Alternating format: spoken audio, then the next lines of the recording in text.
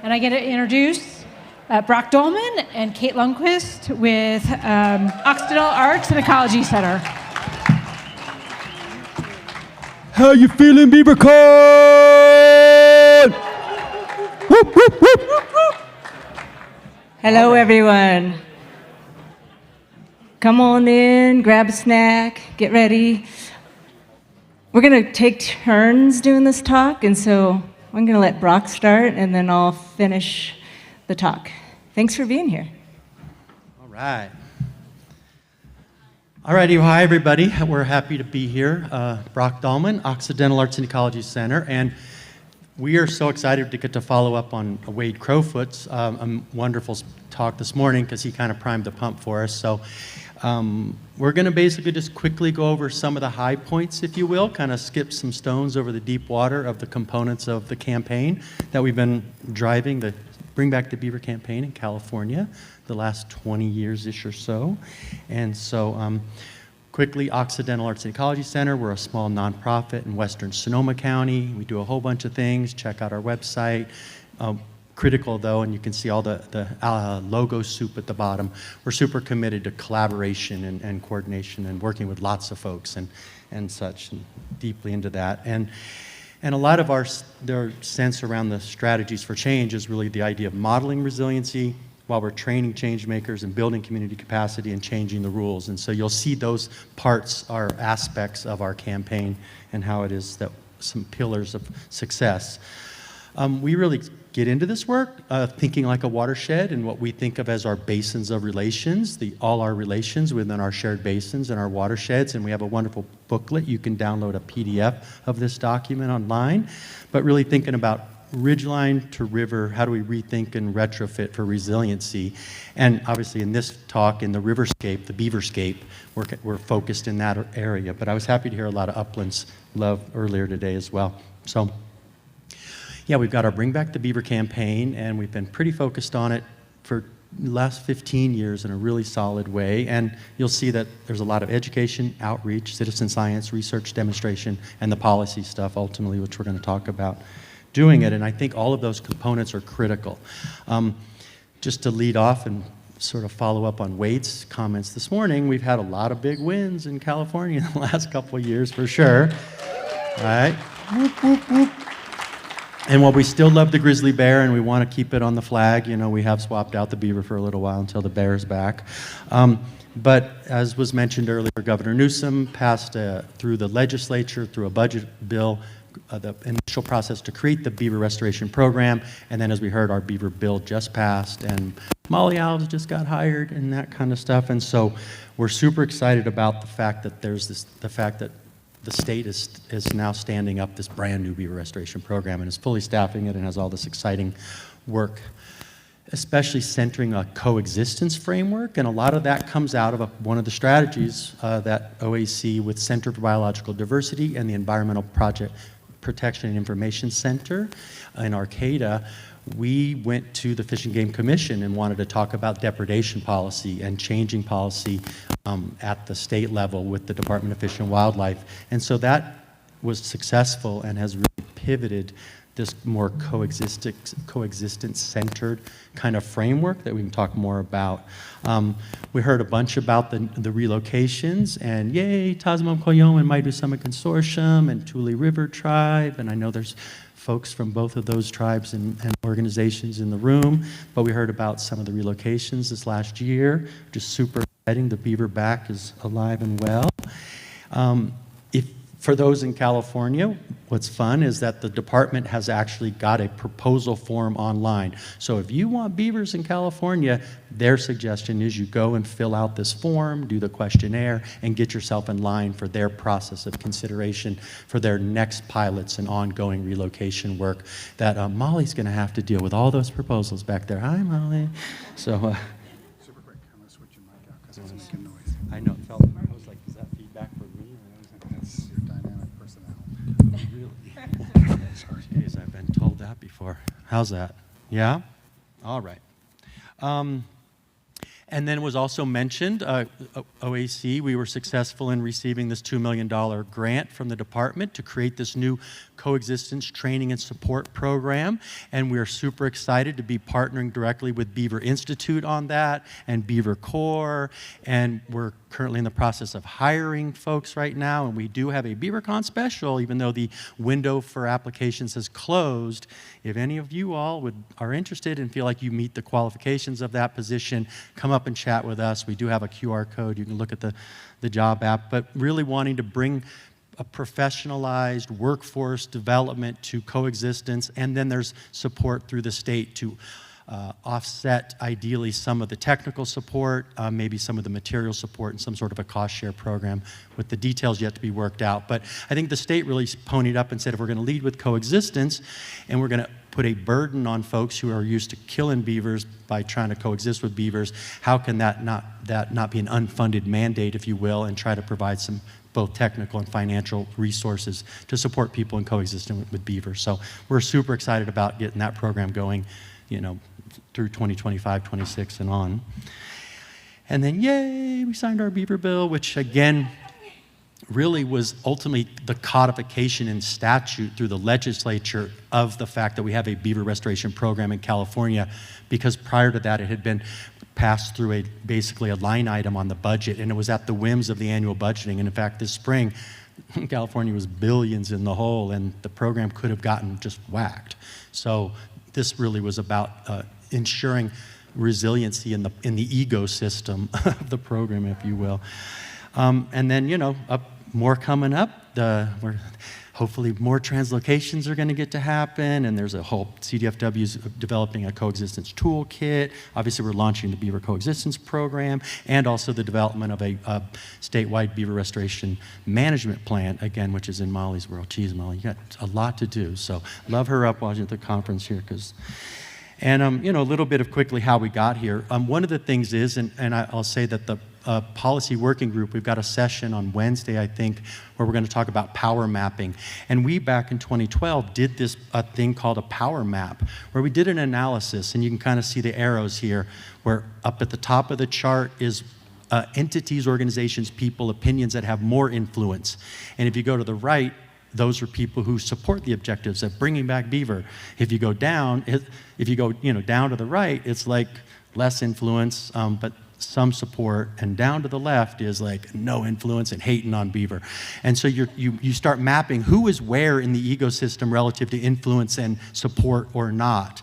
And the map in 2012 looked a lot like this, and you'll see there's a lot of folks over on the left side and not a lot up in the upper right. So and then by 2022, through a decade's worth of strategic work based on identifying those target groups and constituencies and audiences, we did a number of things to push the needle, push the map, if you will, to more folks up in that upper right corner. And so we're going to be talking about this power mapping as a methodology for campaign strategizing on Wednesday at the policy session. Real quick, it's always been fun for us in like State of the Beaver conferences or BeaverCon over the years, last decades, people are like, what? You guys in California don't really think that beaver even native to your state, or we're only kind of native? We had to take that fight on, and that was our first big fight in 2012 and 2013, which we did with several peer-reviewed papers that are worth looking at. And then a lot of it was really seeking out allies. And so the Salmon Restoration Federation early on, we'd already been involved with them for many years, and the fish heads, and what is that one of your projects there, Sarah? Oh, Sarah Beasley's dog, Yurok Fisheries over here. And so exactly that, partnering with Yurok Fisheries, partnering with Salmon Parks, partnering with folks all over to engage in supporting how their goals can be helped moving forward if beaver can be helpful to that. Working in the mountain meadow space, working with tribal groups, working in urban spaces with riparian ranchers. And so I think we've really dedicated a lot of that. And using a science-based and accessible targeted outreach. Although if you're going to fight incision, damn well fight it with incisors, right? Sink your teeth into this issue and stick with it, as they would say, right? I personally am an endangered species vertebrate biologist, and so I come to this a lot with beaver as a keystone on behalf of a whole bunch of other species, and so we've definitely had a lot of focus on that. I would say with Cascades frog, that frog in the center, willow flycatcher down in the lower right, we have incredible data now showing a direct correlation between the presence of good beaver habitat supporting those species, the salmonids increasingly, the sage grouse, the pond turtles. So that's really super fun. Even blackback woodpecker, which folks don't think about so much. They think about as a species of burned out areas, but in a green forest where beavers inundated and killed out conifers and making snag habitat, you can get blackback woodpecker breeding habitat in a green forest setting. Just saying. And so here's a wonderful map of some of the work of the Institute for Bird Populations and Point Blue Conservation Science, looking at the relationship between beaver habitat, wetted areas, and willow flycatcher, which is the bird species in the state right now, terrestrial species that is population is tanking the hardest right now. And look at that line on the graph in the center, basically number of birds relative to beaver dams, and it's just almost a 45-degree angle. The correlation is very tightly correlated, and that's amazing.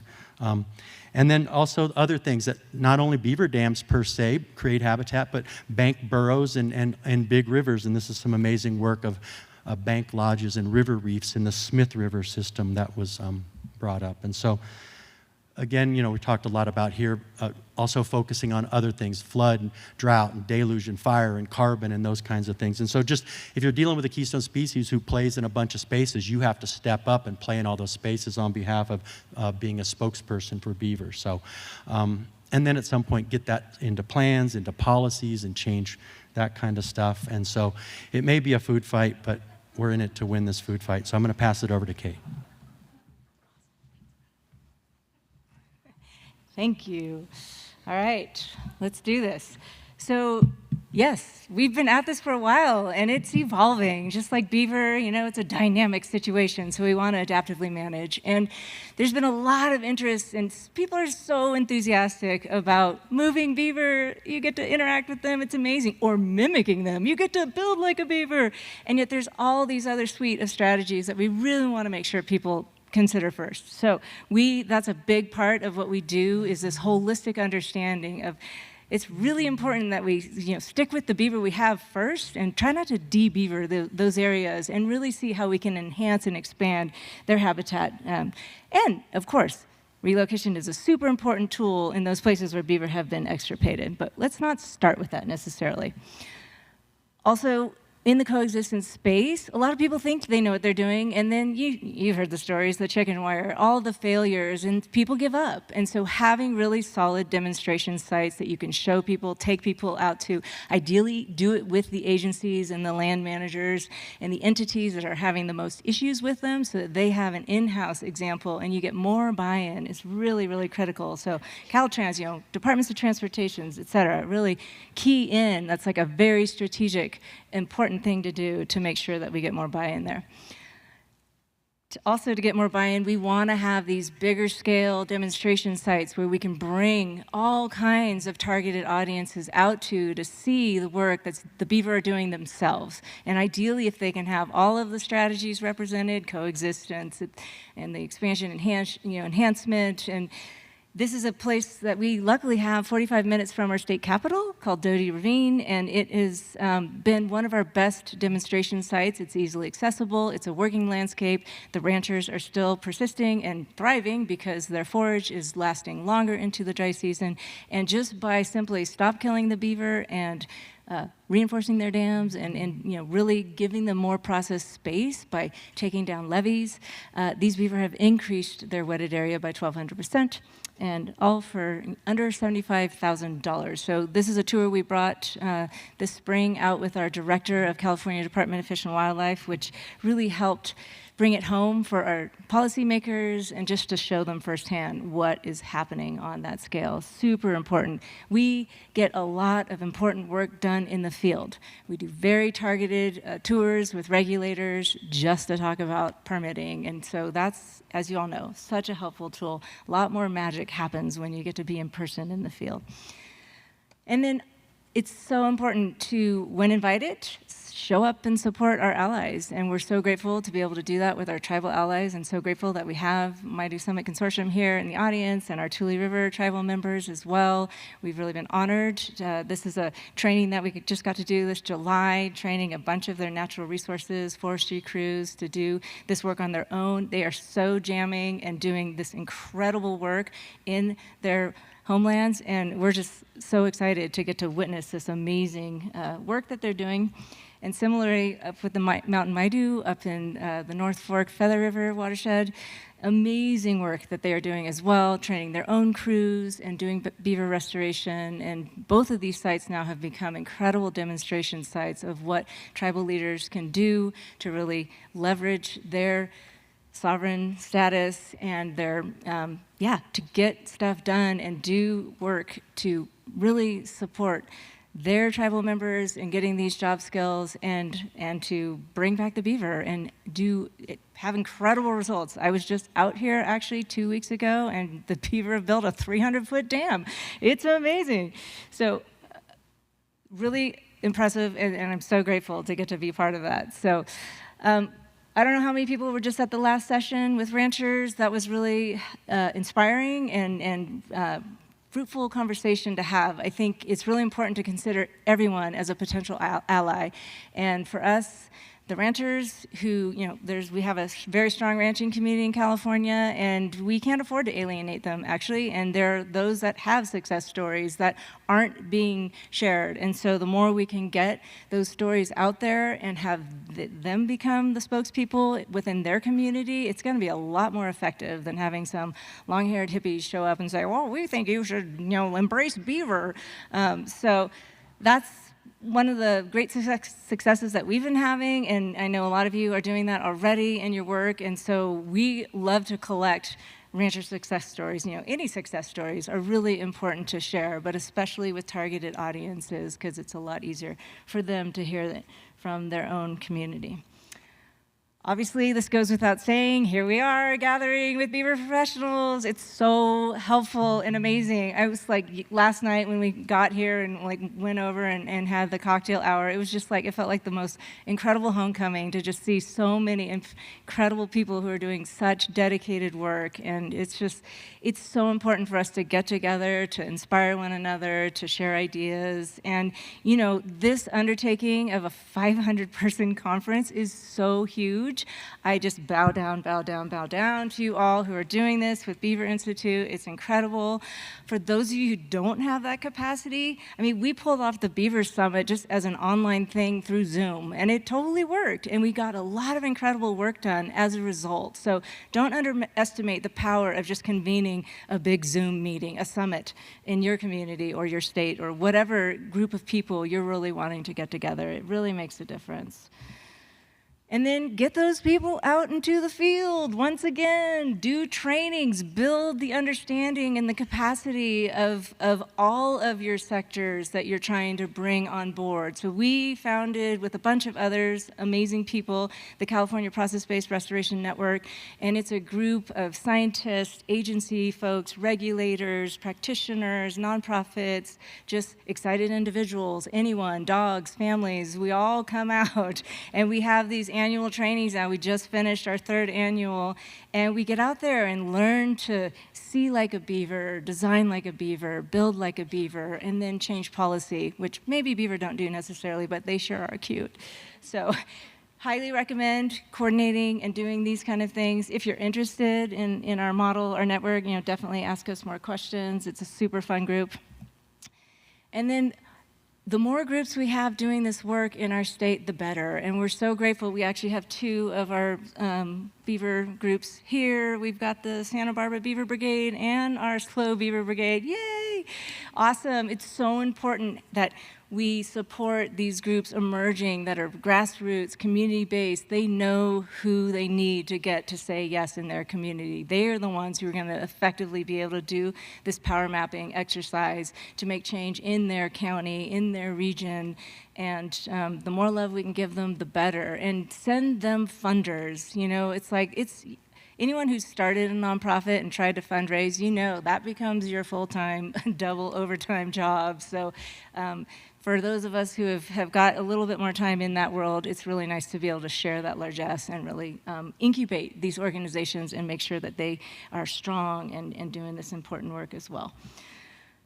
It's also really helpful to have very specific information that's user-friendly about your area, your region, the zone that you're trying to make changes with beaver restoration in. This is a book that we did for the whole state of California. We're in the process of updating it right now because, oh my gosh, we can't keep up with the changes. It's such a quality problem to have. We're so happy. So this is available online if you're interested, but it's just for us been a really helpful way to just bring people in, and we get, folks that are saying, oh my gosh, I read this with my 10-year-old and they were able to understand it. This is so helpful. Thank you.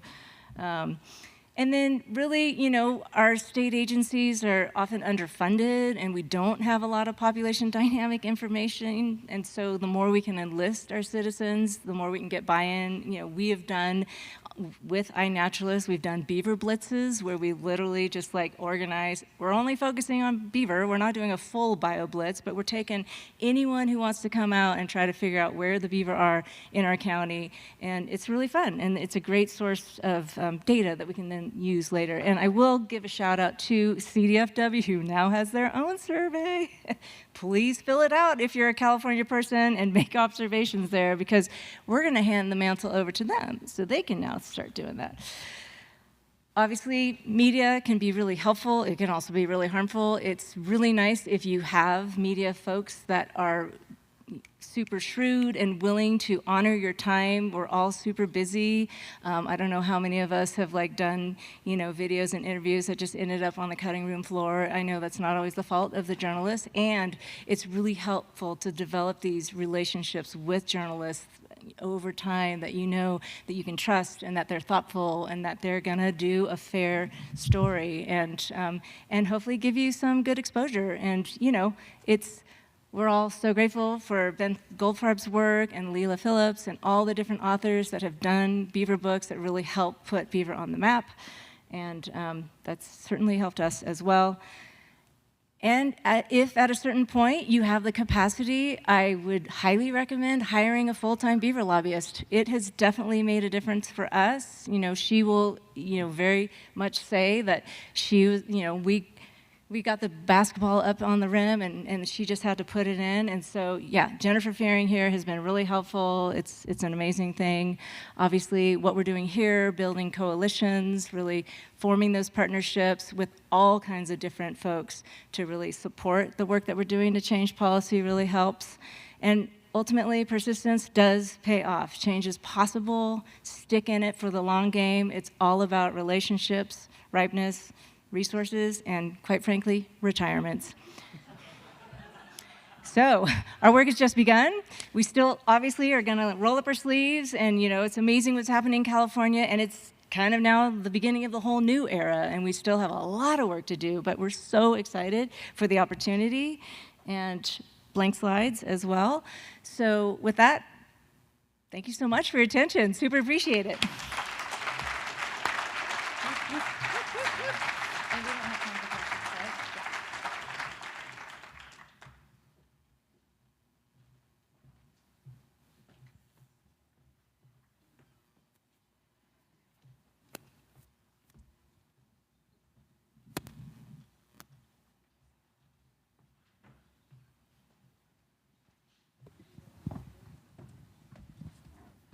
Thank you, Brock and Crate. That was really inspiring. All right, we are at our last presentation for the day, and this is also going to be an inspiring one. We are going to be learning about the Six-Staki Management Plan. How did I do, Jim? Okay, great. And we're going to have Jim Vail, who is with the Blackfeet Fish and Wildlife Program, and also Alicia Yellow Owl with Blackfeet Community College. Which one of these would you like for us to play first? I think there were several different ones that were sent. You want this? How come that says Tyler Wellman? How come they say Tyler Wellman? That's what was sent in under your name, so we changed. I don't know why they were sent in. That's how they zoom in for us? This one? No, no, no. This one?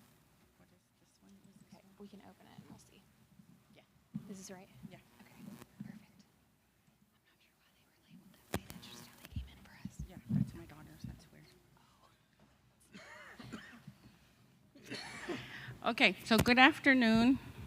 Thank you for being here. I know it's long, so I'm going to go fast. This is Stucky project. Was off of the climate change plan with the Blackfeet Environmental Office. These were our partners: Fish and Game, BEO, Leonard Center for Large Landscape, and the ARMP. So the project consisted of water storage, beaver mitigation, and youth. So in 2018, 19 was the grant funding.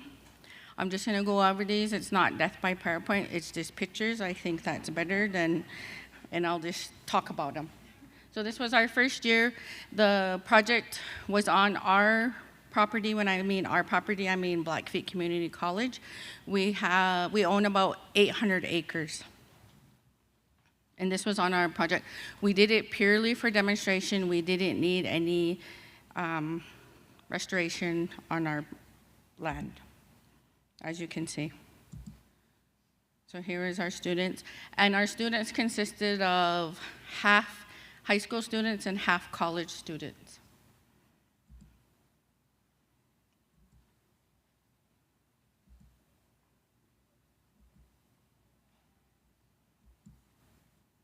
And then in 2019, we did it on a private homeowner's land.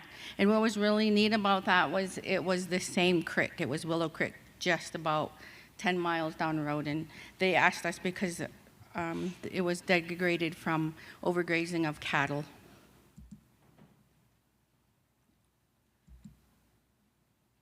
There I am, pointing. I'm the crew boss. I never get in the water. I'll make that real clear. I just tell them what to do.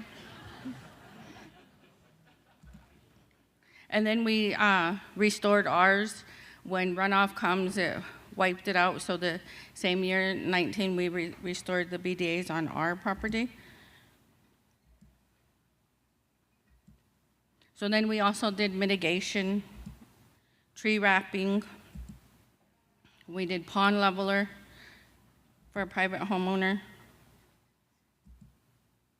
The youth engagement. Here's my crew the first year, I do believe, yeah, second year. Here's my little kids tree wrapping. We put in piezometers, they were checking the water. For some reason, the piezometers didn't work. We tried every year, they didn't work, I don't know why.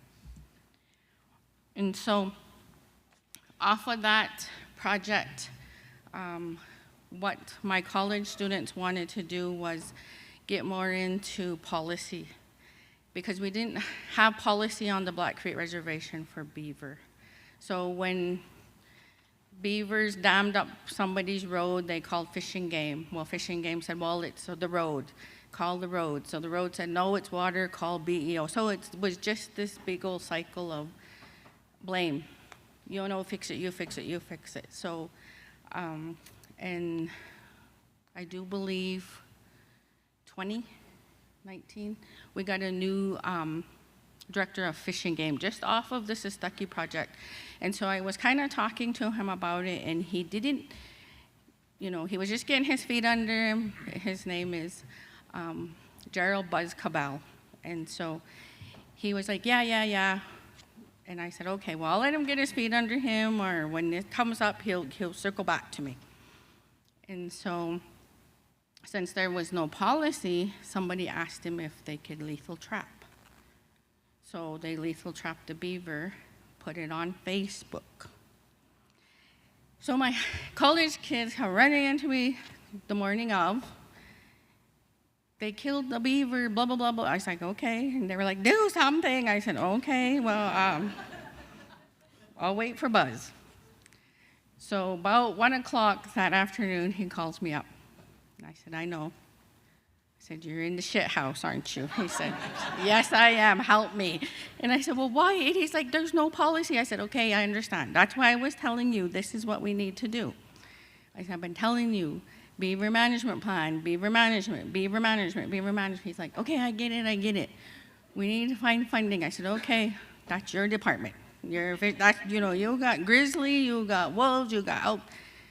Do beaver." So he said, "Okay, okay." So he would see me, I'd say, "Buzz, where's that plan?" "I'm working on it, I'm working on it." So it took him a hot minute.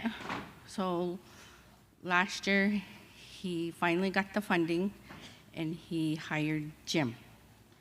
And so Jim is our new beaver management plan person for Fish and Game. And that's how it kind of ties is we went from there, and now Jim's gonna talk about his stuff. Oh, do we have to help her? Yeah, you do. Okay, Boy Knobs. Her nickname's Boy Knobs. No, it's not. He's our. Meaning pain in my ass. He is our sop. See, he's crazy. Okay. Do you think it's this? No, it's probably this. This one? Oh, there it is. Okay, great. And if Jim don't talk too long, we'll show the video. Well, thank you guys for attending and letting me be here. Like Alicia said, about a year ago, when I spoke at BeaverCon in Oregon, I was only on the job for about a month. Didn't know anything about him, really. I taught school for 23 years and taught science. And I got to give credit where credit is due. Jordan Kennedy, who was in the crowd right there, she was a big inspiration of me writing this plan. Alicia had her 2 cents, what she always does. You know how women are. You I can't. had $1. So anyway, she put her 2 cents in. And like she said, Buzz Cabell needed this done right away. And he told me, "Take your time, but do it as quick as you can." And I thought, wow, what am I going to do now? So I sat down, and about 2 weeks, I had it all written out. And then pretty soon somebody said, "Well, talk to the elders." So I was talking to the elders about this, and they had a whole new different idea of what Beaver's management plan looks like. You're going to have to excuse me, my throat's getting really sore. So anyway, this is kind of our fish and wildlife plan. It's very important to the elders of the Blackfeet Nation, very important. I've talked to beaver bundle holders, I've talked to elders who have land, property owners. So this is one of the main things that they told me, that this is what we need in our beaver plan. Beavers used to predict weather. I don't know if anybody knew that or not, but even the Farmer's Almanac used beavers to predict the weather based on what the Native Americans used the beavers for. So if they see them building a larger dam than they used to be building, there'd be a harsh winter coming. And up in Browning right now where I work, I've taken out 2 or 3 beaver dams, and thanks to our donors, bought me a mini excavator. Very appreciative. Now I can go home and sleep without going home and getting in the ice bath now. So this thing, it really works out good for us because the size and strength of the lodge, indigenous people believe that the larger and stronger the beaver lodge, the harsher the winter is. And up there, they're starting to pile more mud and trees on top of the lodges and stuff. So you can tell that it's going to be a harsh winter, at least up there. I don't know about down here. Thickness of the beaver's coat. I have to tell you guys a sad story. I was out at this one rancher's place and I dug this beaver dam out, and the water was, I don't know, probably 4 or 5 feet high. And as soon as the water came down, there was a dead beaver there. So I got to looking at it, and here, I guess one of the ranchers, I can't blame him because I don't know, but I looked and he had half of the head blown off this one side. But anyway, I felt really bad. I did my smudge and did my praying and to the Creator there. And when I looked at his coat was so thick that I couldn't, it's the thickest coat I've ever seen on a beaver. And I've trapped, live trapped a lot of beaver, and I relocated them. Location of food caches. You can just look at these runs that they're having. You can see all this food that they're bringing up and carrying down and up into the lodges. I was also informed by an elder that they use beaver design to make their teepees. I don't know if any of you guys know that. But these old elders would set outside and they would look at a beaver dam and they would see how the beavers would put their sticks like that. Before they made the lodges, first they'd put their sticks and then they made their lodges. So the old elders just stood there and watched them, and they made their teepee design, how they built their teepees to make them stay out of the beaver. So very important. Like I said, this is very important to the elders. You can see beavers preparing for the winter. You know, of course, Google is great for getting stuff like this on here, and you know, so I'm not going to take credit for this. Also, here's a design that I picked up. You can see off to your right. You can see the beaver lodges right there, and then off to your left, you can see they're just about the same thing. So that's how the elders wanted me to present this and then put it in my beaver plan. In Native American beliefs, the beaver also holds a spiritual significance. The beaver is said to be a spiritual animal that represents the power of adaptability.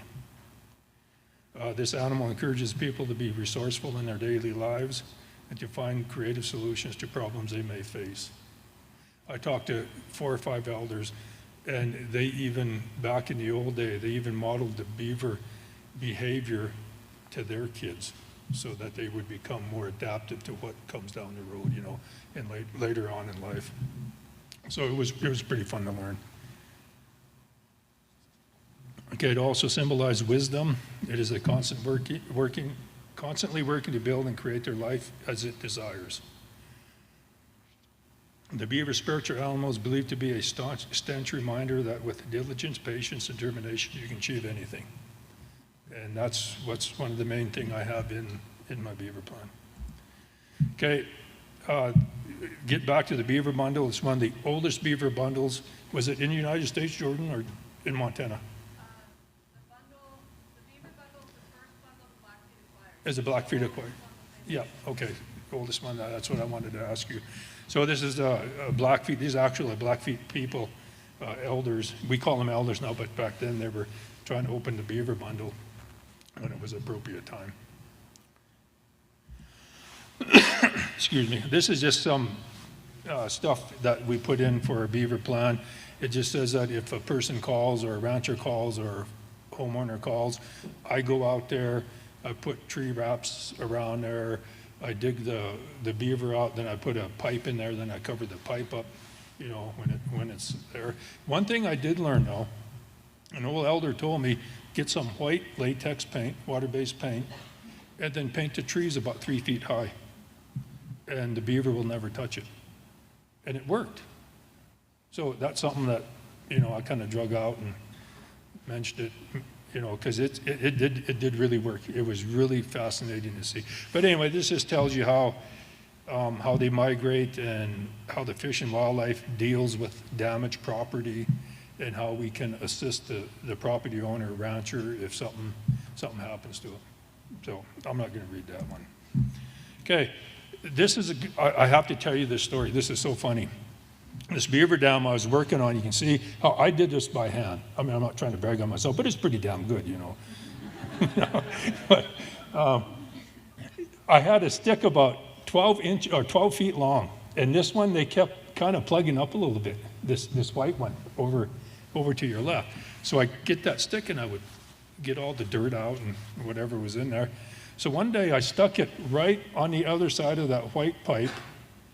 And I went back for about a week and it was still there. And then that next week, it was gone. So I started looking around, because it took me like a week to find it. So I took the stick and I put it there, and then I start looking around. Here them dang beaver took that stick and had it stood up against a tree. So I could find, I'm serious. I didn't think they were smart, but they're extremely smart. So I went and got my stick and I put it back, and this time I put it on top of that big heap, and I went back to look for it, and here it was in the beaver dam. I just give up. I just said, okay, well, whatever you guys want to do, I'm not going to go look for another stick. So live trapping, this is how we live trap some beaver. up there on the reservation. And then this is where we relocated the Beaver. It's called the Chief Mountain, which is a sacred mountain to the Blackfeet people. This is where they hold their ceremonies, right? Their ceremonies and religious stuff up there in Chief Mountain. So you can see the drought, the water. When I put them beaver in there, that was almost to the highway. And I went back to check on them, and I go back to check on them. And assuming they're okay because I haven't found them yet. And I marked their tails with yellow, if you're wondering. You know, yellow marker so we can tell which ones they are. And more slides than that. Oh, you cut off some of my slides. Boy, Nopsy. Anyway, I had like 15 slides on here. And, you know, never leave it to a woman to get something done. You always got to do it yourself. You know, oh, I just tease it. She's pretty good. Just don't trust her with your slides. Yeah. Okay. But anyway, I had onyx markers where I would go into these people's places, and I had some flow devices in, and I even had a picture of me operating, you know, me operating that mini excavator and digging some dirt out and then putting that flow device in. So anyway, thank you guys. I appreciate it. Good night.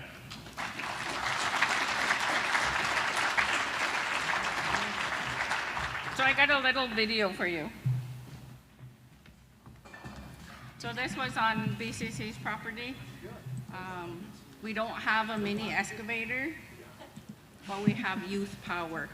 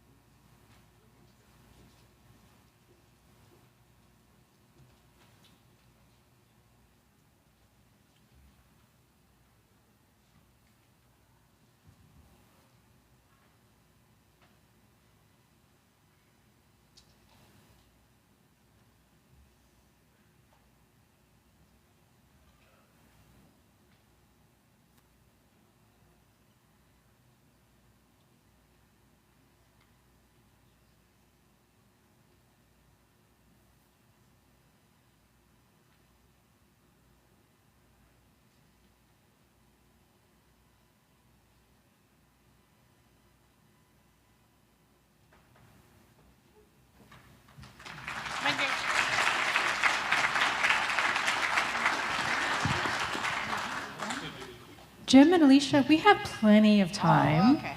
And I bet there might be a question out here or two. So Adam's willing to run around, and I've got one right here. Jordan? I just want to point out how important this work is for BDAs in a prairie ecosystem, where the vast majority of work that we've been looking at is in areas that are densely vegetated with trees. And this is a completely different ecosystem to think about beaver behavior and beaver management. So I'm really glad that you guys presented this work. Well, you was a big help in all of this for me, you know, because like I said, I was in it about a month, and I met Jordan over at Oregon, and I kept emailing her, will you help me, help me, help me? You know, I think she got tired of me at one time because she wouldn't even put a question mark or anything on her return deal. But finally, then she finally said, yeah, I'll help you. So I sent her the beaver plan. She looked over, rewrote some of it, and it was great. It was great. So I owe her McDonald's tonight.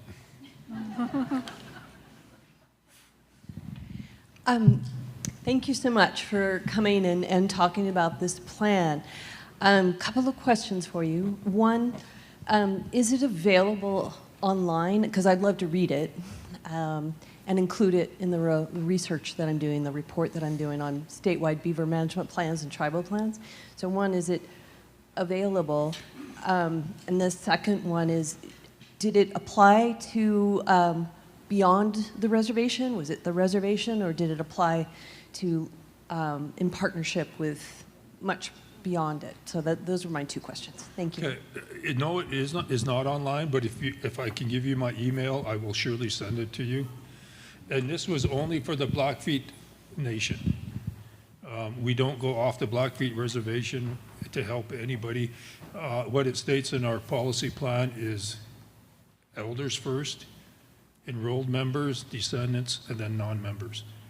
And in that time frame, I have no way to get to the non-members. I'm not saying I don't want to help them, I do, but I just don't have the time to do it with them three first. So we only have government over our reservation. So if you guys don't know,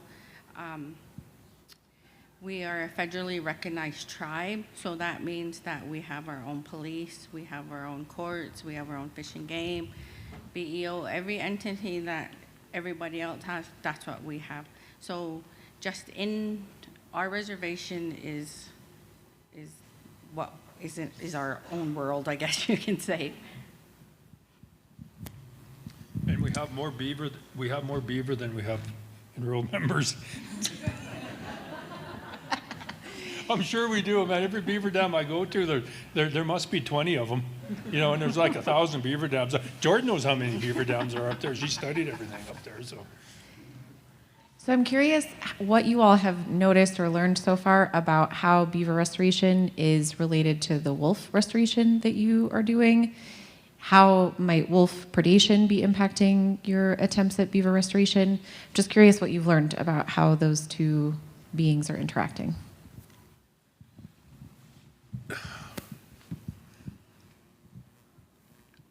I see difference between, if you're saying between the beaver and the wolf, the beavers really, or the wolf's really not managed up there. So as far as I know, if somebody sees a wolf, they kill it on the reservation because they're a predator. And Irving knows this, Irving's sitting over there, Carlson. Sometimes they get into the buffalo and they can kill the buffalo up there, and they can kill the cows that ranchers have. So I think the Fish and Game even put in a policy this year that if you was to put in for an elk tag and you have a chance to get something up, if you bring in a predator, wolf or coyote or something, then you get another extra elk tag. But as far as managing them and seeing the difference, you know, I couldn't answer that as you can.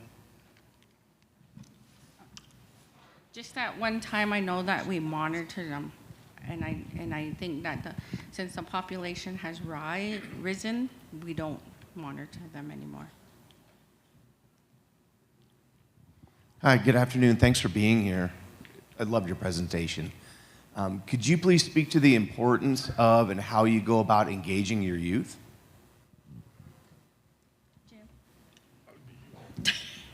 So, I was formerly the Native Science Field Center coordinator, and so just how it sounds, Native Science. And so I had 2 programs, well actually 3. So I had an after-school program focused 4th through 6th grade, and we did it quarterly, did a little camp, summertime, bigger camp. Didn't pick them up in middle school because they're crazy.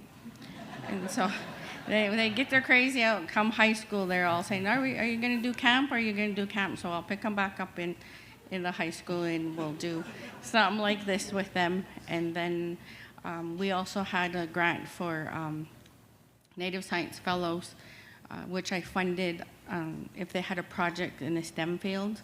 So if they had a project, they worked on it, they got money, or I could find a project for them to do. And I only had 12 students, and that's just because my van only held 12. I don't have my CDL, so that's the capacity of it. So. I should threaten them too. So the gentleman with the braids is my son, of course, and so he's always saying that he's my slave. And he is. I can make him do anything that needs to be done. So I always tell him that you got blessed with me being your mother. Any final questions? Oh, we got one right here. Hi, I just wanted, one of the most interesting things about your beaver management plan is the clause about no beavers can be killed on the reservation. I was just curious, does that apply to everything within the borders of the reservation, or is that just for tribal members, or how does that sort of manifest itself? Okay, here's how we work that. If we have a rancher or landowner call in and they require our services, then we tell them, you cannot legally take this beaver without us first trying, you know, to live trap them or have them move up or down, whatever they may be. But as far as if a ranch owner does not call us, he's perfectly capable or can kill a beaver. So that's why we try to educate the public. We're trying to educate the public out there. Like Alicia said, we just haven't had a program up there. And now since we have a program, we're getting tons of calls, but we're trying to make them understand that we can manage the beaver without being killed, you know. And like I said, that beaver that I found the other day, that just broke my heart. You know, that poor little critter. I mean, he's got a family, and you know, and I thought, who could be that cruel to kill something like that? So anyway, that's how we work that. That if they call us, then they don't have the right no more, because we're in fact, I'm working on a policy right now about that. That if they call us, they have no right, even if it's on their private land, to let us manage it first, like maybe 6 months or so, and then if that don't happen, I don't know what. So, yeah. So I think how it'll go, and Jim can correct me if I'm wrong, but once he gets it solidified, that, you know, we do have game wardens. And so when we have people who poach, it'll fall under that. So you can be fined and ticketed. We have that authority on our reservation. Non-members also can be fined and ticketed. Well, and she brings up a good point, because I'm a class 2 officer, is that how they say that, or level 2 officer, where I can pack my pistol, you know, and I can write him a ticket if I see him kill a beaver. Once the policy goes in, then I can write him a ticket for, like, say, $5,000 or $1,000 or whatever they decide which is the right penalty for it. So I got that authority to do that right now.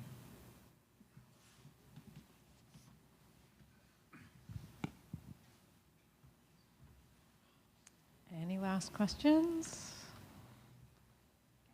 All right. Thank you, Jim and Alicia. Let's give them a wonderful round of applause.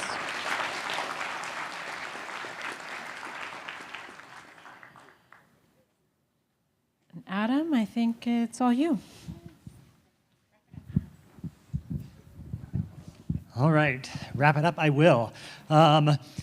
So that is the day here. There's a poster session going on next door. Yeah, let's clap for, yeah. What an amazing first day. And I'm going to say it again, 175 beers are waiting at Rayback Collective for us all to acquire. Please, just 1 beer each so that everyone, as many of us, can get that free beer. The National Beaver Working Groups are going to be hosting that evening, so you're going to get to meet the co-chairs and learn about the working groups and how you can be involved as we continue to build this great, amazing, beautiful, boundary-crossing, experientially I'm sorry, my brain is fried. I was really reaching when I got nothing left. So we will close out the day. Thank you so much. And the shuttles are going to be here soon to take folks to the Rayback Collective, and I also believe to the hotel if you just want a disco nap as well. So thank you all. We got hands up. The shuttles. Where are the shuttles located? Where were we all dropped off? Oh, where? Who's?